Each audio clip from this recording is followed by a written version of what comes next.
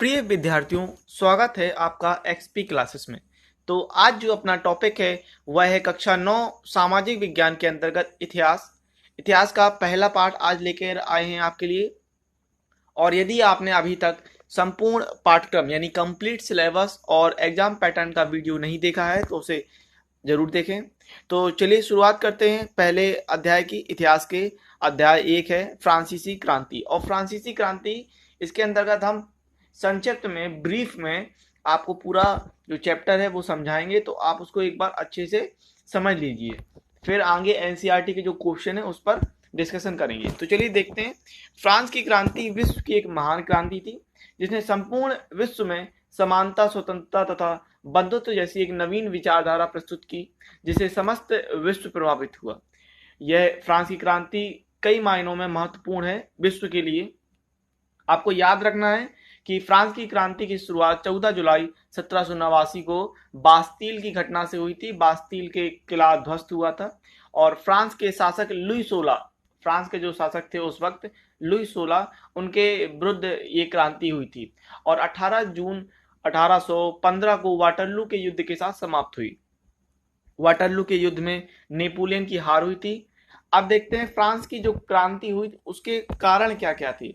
तो कारण कुछ इस प्रकार है, निम्न है। कुछ कारण ये थे कि राजनीतिक कारण थे, सामाजिक कारण थे, आर्थिक कारण थे, धार्मिक कारण थे और वैचारिक कारण। ये कुछ निम्न कारण थे। तो राजनीतिक कारण, जैसे फ्रांस में जिस प्रकार से घटना चक्र हो रहा था और शासक तानाशाह होता जा रहा था, लुई 16 के आने से स्थिति और खराब हो गई। फ्रांस लगातार तौर पर युद्ध भी लड़ रहा था। समाज जो था वो बटा हुआ था। समाज बड़े वर्गों में और छोटे वर्गों में बटा हुआ था। जो अमीर लोग थे वो कर नहीं देते थे और जो मध्यम वर्ग के और छोटे लोग थे, किसान मजदूर, वो उन्हें अधिक कर देना पड़ता था। धार्मिक विचारधारा, धार्मिक स्वतंत्रता नहीं थी। और वैचारिक कारण इनमें मुख्य है। राजनीतिक कारण, सामाजिक कारण, आर्थिक कारण, धार्मिक कारण और वैचारिक कारण, इनको आप ध्यान रख सकते हैं। तो राजनीतिक कारण में कुछ निम्न इस प्रकार से है कि शासकों की तानाशाही शासन व्यवस्था। शासक सिर्फ उस वक्त के जो शासक लुई 16 आए तो वो सिर्फ और सिर्फ तानाशाही करने लगे। इस वजह से भी फ्रांस की क्रांति हुई। दोषपूर्ण शासन व्यवस्था, न्याय सही से नहीं मिलता था, लोगों को न्याय उचित नहीं मिलता था। राजाओं का विलासतापूर्ण जीवन, शासक जो राजा थे वहां के, उनका प्रजा के प्रति कोई जवाबदेही नहीं थी और वो सिर्फ और सिर्फ विलासतापूर्ण जीवन व्यतीत करते थे। व्यक्तिगत स्वतंत्रता का अभाव, लोग आजाद नहीं थे, धार्मिक तौर पर आजादी नहीं थी उन्हें। उच्च वर्गों के लिए विशेष अधिकार, जो कुलीन वर्ग और पादरी वर्ग था वो कर नहीं देता था। इसके अलावा जो मध्यम वर्ग और मजदूर वर्ग था वही कर देता था। यहाँ तक कि उच्च वर्ग को कर वसूलने का भी अधिकार था। सेना में असंतोष, फ्रांस लगातार युद्ध लड़ता जा रहा था, इस वजह से सेना में असंतोष भी बढ़ रहा था। और अमेरिकी स्वाधीनता संग्राम, तो अमेरिका की सहायता की थी फ्रांस ने अपनी सेना को अमेरिका स्वाधीनता संग्राम में भेजा था। और जो देश पहले से युद्ध लड़ रहा है वो अपनी सेना को किसी दूसरे देश की स्वाधीनता के लिए भेजता है तो इससे उसी का नुकसान होता है। फ्रांस पहले से ही कर्ज में था और भी ज्यादा कर्ज में होता जा रहा था। राजनीतिक कारण कुछ इस प्रकार से थे।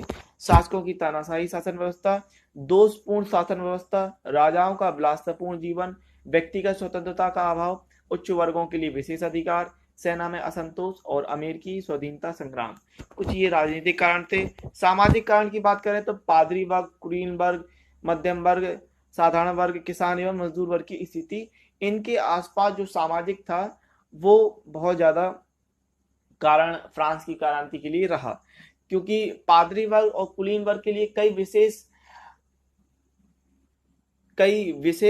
उनके लिए छूटें थी, कई विशेष छूट उनको मिलती थी और उन्हें कर नहीं देना पड़ता था। जबकि साधारण वर्ग, मध्यम वर्ग एवं किसान वर्ग की स्थिति बहुत ही दयनीय हो गई थी, उनको ही कर देना पड़ता था। और लुई 16 ने अधिक से अधिक और भी ज्यादा कर लगाना शुरू कर दिया था इन लोगों पर। जबकि पादरी वर्ग और कुलीन वर्ग किसी भी प्रकार के कर से आजाद थे। अब बात करते हैं आर्थिक कारण की। तो फ्रांस की स्थिति आर्थिक मामलों में बहुत ही ज्यादा बिगड़ती जा रही थी। आर्थिक कारण कुछ इस प्रकार से थे। अन्यायपूर्ण कर प्रणाली, जैसे कहा कि कुछ लोगों को कर देना पड़ता था जो उच्च वर्ग के थे और निम्न वर्ग के लोगों को कर देना पड़ता था। उच्च वर्ग के लोगों को निम्न कर नहीं देना पड़ता था। अमेरिका को सहायता, एक देश जो पहले से ही कंगाली की स्थिति है वो अमेरिका की सहायता कर रहा है, इस वजह से भी दिक्कत हुई। बढ़ती महंगाई, 1788 ईस्वी का अकाल। जब क्रांति की शुरुआत हुई 1789 में, तो उससे पहले 1788 में अकाल पड़ा, जिस वजह से फ्रांस की क्रांति में आग में घी का काम किया। शासकों का अत्याचारपूर्ण आर्थिक शोषण आदि, ये कुछ निम्न कारण थे आर्थिक कारण के लिए। धार्मिक कारण, चर्च के पादरियों में व्याप्त भ्रष्टाचार तथा विलासितापूर्ण जीवन और फ्रांस की जनता को किसी प्रकार की धार्मिक स्वतंत्रता प्राप्त न होना भी फ्रांस की क्रांति की उत्पत्ति में सहायक रहा। तो ये धार्मिक कारण था, क्योंकि जो चर्च के पादरी थे वो सिर्फ और सिर्फ विलासितापूर्ण जीवन ही व्यतीत कर रहे थे। उनको किसी भी धार्मिक, जो मध्यम वर्ग के लोग थे उनको छूट नहीं दी जाती थी धर्म के मामले में। और वैचारिक कारण कुछ इस प्रकार से थे कि फ्रांस की जनता में कुछ बुद्धिमान व्यक्ति उभर कर आए, जैसे कि रूसो, मोंटेस्क्यू, वोल्टेयर। ये दार्शनिक थे और इन्होंने अपनी किताबों में कई इस तरह के विचार दिए ताकि फ्रांस की जनता जागरूक हो सकी। और इन्होंने अपनी पुस्तकें क्रमशः दी हैं, इनको आप याद रखिए। रूसो की है सोशल कॉन्ट्रैक्ट, मोंटेस्क्यू की the spirit of the laws, और वोल्टेयर की लेटर्स ऑन द इंग्लिश। तो ये इन किताबों को आपको याद रखना है। Rousseau social contract, Montesquieu the spirit of the laws, Voltaire letters on the English के माध्यम से फ्रांसीसी जनता में वैचारिक क्रांति ला दी, जिससे फ्रांस की क्रांति की पृष्ठभूमि तैयार हुई। रूसो कौन था? तो रूसो एक प्रसिद्ध दार्शनिक था। इनका जन्म 28 जुलाई 1712 में तथा मृत्यु 2 जुलाई 1778 को हुई थी। इनकी प्रसिद्ध कृति सोशल कॉन्ट्रैक्ट। तो आपको किताब याद रखना है। आप ये भी याद रखिए कि रूसो एक प्रसिद्ध दार्शनिक थे, साथ ही इनकी जो कृति है, जो इन्होंने किताब लिखी है, उसका नाम है सोशल कॉन्ट्रैक्ट। अब फ्रांसीसी क्रांति की प्रमुख घटनाएं कुछ इस प्रकार से हैं कि राजा द्वारा कुलीन वर्ग के विशेष अधिकारों को समाप्त करने का प्रयास। जब राजा ने देखा कि जनता भड़क रही है, तो उन्होंने कुलीन वर्ग के विशेष अधिकारों को समाप्त करने का प्रयास किया। 3 वर्गों की सभाएं, टेनिस कोर्ट की शपथ। तो टेनिस कोर्ट की एक शपथ हुई थी, जिसके बारे में हम एनसीईआरटी क्वेश्चन में बात करेंगे। बास्तील का पतन। बास्तील एक किला था जिसमें राजा थे, उन्होंने कैदियों को कैद करके रखा था। तो उस बास्तील के किले के पतन के साथ ही फ्रांस की क्रांति की शुरुआत होती है। राष्ट्रीय सभा एवं कार्य, फ्रांसीसी क्रांति में स्त्रियों की भूमिका, वार्सराय पर आक्रमण। तो ये कुछ घटनाएं थी फ्रांसीसी क्रांति के अंतर्गत। इसके बाद नेशनल कॉन्वेंस के द्वारा एक नया संविधान तैयार किया गया, जिसे 1795 ईस्वी का गणतंत्र संविधान कहा जाता है। इसमें द्विसदनीय विधान मंडल की व्यवस्था की गई और कार्यपालिका शक्ति डायरेक्टरी को सौंपी गई। यह 27 सितंबर 1795 को लागू हुआ और यहीं से नेपोलियन बोनापार्ट की शुरुआत होती है। नेपोलियन बोनापार्ट फ्रांस का एक महान सुधारक व आधुनिक प्रांत का निर्माता था। वह फ्रांस की डायरेक्टरी का प्रधान था, जिसे 10 नवंबर 1799 को भंग कर फ्रांस का प्रथम काउंसिल निर्वाचित हुआ। और नेपोलियन बोनापार्ट ने खुद डायरेक्टरी को भंग कर दिया था और खुद सम्राट बन बैठा था। 1804 में फ्रांस का सम्राट बना तथा 1807 ईस्वी तक ऑस्ट्रिया, प्रसा और रूस पर विजय प्राप्त कर ली। इस अवधि में उसने फ्रांस में अनेक सुधार कार्य किए। तो नेपोलियन बोनापार्ट कहीं ना कहीं बाद में जाके तानाशाही, कह सकते हैं कि तानाशाही करने लगा था, और 1815 में वाटरलू के युद्ध में उसको हार मिली थी। लेकिन फिर भी फ्रांस में उसने कुछ ऐसे कार्य किए थे ताकि लोगों के बीच जो राष्ट्रीय भावना थी, जो देश प्रेम था, वो उभर के आया था। फ्रांस पर पड़े प्रभाव। फ्रांस पर किस प्रकार का प्रभाव था, ये जानेंगे। बुर्बो वंश के निर्गुण शासन का अंत। 2 शताब्दियों से जो बुर्बो वंश का शासन चला रहा था वो खत्म। नवीन संविधान का निर्माण, जनतंत्र की स्थापना, स्वतंत्र न्यायपालिका की स्थापना, नवीन शासक पद्धति की स्थापना, लोक कल्याणकारी कार्यों को बढ़ावा, कुलीन व सामंती वर्ग के विशेष अधिकार में कमी। कुछ ये फ्रांस पर पड़ने वाले प्रभाव थे। और अब हम ये जान लेते हैं कि फ्रांस का जो घटना चक्र था वो किस प्रकार से था। घटना चक्र के बारे में बात करते हैं कि 1774 में जब लुई 16 फ्रांस का राजा बना, तो करों की दर अधिक होने से प्राचीन राजतंत्र के समाज में असंतोष उपजा। 1774 ईस्वी में लुई 16 जब फ्रांस का राजा बना, तो पहले से ही राजकोष की स्थिति, फ्रांस के जो राजकोष था उसकी स्थिति बहुत चरमराई हुई थी।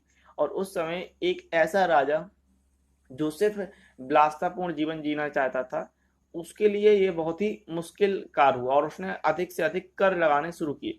1789 ईस्वी में सम्राट लुई 16 द्वारा स्टेट जर्नल का आह्वान, तृतीय एस्टेट द्वारा नेशनल असेंबली का गठन, जनसाधारण की सेना द्वारा बास्तील के किले को ढा दिया गया। बास्तील के किले को ढा दिया गया। 1791 ईस्वी में सत्ता पर अंकुश लगाने के लिए संविधान का निर्माण किया गया। 1792 और 93 में राजा की हत्या करके जैकोबिन गणराज्य जो तृतीय स्टेट था उसके आधार पर जैकोबिन गणराज्य को समाप्त कर दिया गया। फ्रांस में गणराज्य की स्थापना की गई। फ्रांस पर डायरेक्टरी का शासन हुआ। 1804 में नेपोलियन फ्रांस का सम्राट बना और 1815 में वाटरलू के युद्ध में नेपोलियन की हार हुई। तो आप इस पार्ट को बस सिर्फ एक अच्छी तरह ब्रीफ रूप में देख लीजिए और इस ज़्यादा कुछ इम्पोर्टेंट नहीं है, बस इम्पोर्टेंट आपको कुछ चीज़ें ध्यान रखनी है, जैसे फ्रांस की क्रांति के कारण क्या थे। फ्रांस की क्रांति के जो मैंने कारण बताया उनको आप ध्यान दीजिए। और कुछ इंपोर्टेंट क्वेश्चन जैसे रूसो कौन था। रूसो एक दार्शनिक था। रूसो की किताब का नाम क्या था, सोशल कॉन्ट्रैक्ट था। फ्रांस की क्रांति कब हुई, तो 1789 में हुई। और कब खत्म हुई, 1815 में वाटरलू के युद्ध से समाप्त हुई। तो इस प्रकार से कुछ क्वेश्चन थे। इसके आगे हम लोग बात करेंगे एनसीईआरटी के जो क्वेश्चन है आपकी किताब में, एनसीईआरटी की बुक के, उन क्वेश्चनों को हल करेंगे, उन क्वेश्चनों को समझेंगे। और यदि आपको वीडियो अच्छा लगा है तो चैनल को सब्सक्राइब करें, साथ ही वीडियो को लाइक भी करें और अधिक से अधिक वीडियो को शेयर करें। और कुछ भी आपको सजेशन है या आपको किसी भी सब्जेक्ट्स का वीडियो चाहिए तो आप कमेंट्स कर सकते हैं। साथ ही आप हमें ये बताएं कि आपको वीडियो किस प्रकार से मदद कर रहा है, ताकि कमेंट्स करते रहें ताकि हम लोग हमारा जो मोटिवेशन है वो आप लोगों के कमेंट्स को देखकर बना रहे। मिलते हैं अगले वीडियो में, तब तक के लिए जय हिंद, जय भारत, वंदे मातरम।